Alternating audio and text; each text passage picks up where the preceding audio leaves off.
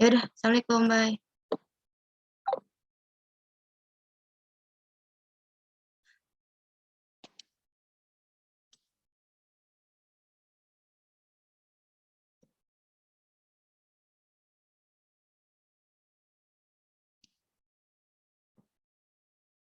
Oke, assalamualaikum warahmatullahi wabarakatuh. Perkenalkan, nama saya Aida dari Fakultas Ilmu Kesehatan Prodi Rekam Medis. Di sini saya akan menjelaskan tentang keterampilan menulis untuk memenuhi tugas UAS Bahasa Indonesia. Di sini saya akan menjelaskan keterampilan bahasa Indonesia. Di sini ada pengertian menulis. Menulis adalah menurunkan atau melukiskan lambang-lambang grafik yang menggambarkan suatu bahasa yang dipahami oleh seseorang sehingga orang lain dapat membaca lambang-lambang grafik tersebut kalau mereka memahami bahasa dan grafik tersebut. Menurut Tarigan, menulis adalah salah satu jenis keterampilan berbahasa yang dimiliki dan digunakan oleh manusia sebagai alat komunikasi tidak langsung. Menulis merupakan representasi bagian dari kesatuan ekspresi bahasa. Menulis berbeda dengan melukis. Menggambar atau melukis huruf-huruf tidak berarti menulis karena dalam melukis. Lukis hanya menyalin huruf-huruf atau menyusun naskah-naskah dalam huruf tertentu untuk dicetak serta pelukis sendiri belum tentu memahami bahasa yang dilukis beserta presentasinya. Kemudian di sini ada manfaat dari menulis. Manfaat dari menulis yaitu kegiatan ini tidak hanya bertujuan memberikan manfaat kepada pembaca, tetapi juga penulisnya.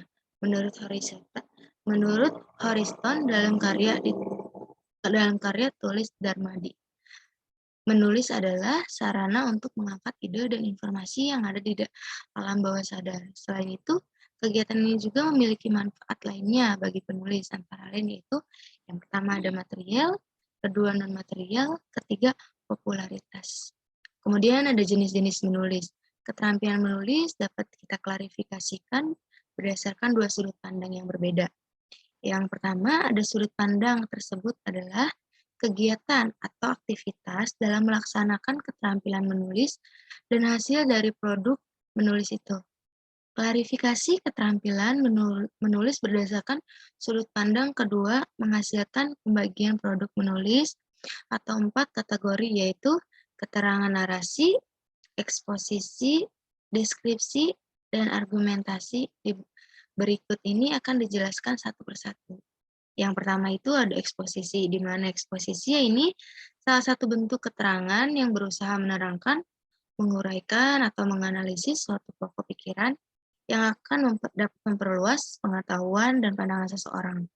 Penulis berusaha memaparkan kejadian atau masalah secara analisis dan terperinci, memberikan interpretasi terhadap fakta yang dikemukakan. Yang kedua ada deskripsi, di mana deskripsi ini pemaparan atau penggambaran dengan kata-kata satu benda, tempat, suasana, atau keadaan.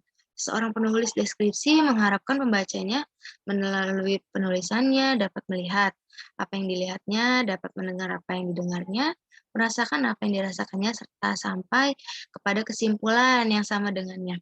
Yang ketiga ini ada narasi, di mana narasi atau kisahan merupakan corak tulisan yang bertujuan menceritakan rangkaian peristiwa atau pengalaman manusia berdasarkan perkembangan dari waktu ke waktu. Yang keempat ada argumentasi, di mana argumentasi merupakan corak tulisan yang bertujuan membuktikan pendapat penulis, meyakinkan atau mempengaruhi pembaca agar menerima pendapatnya.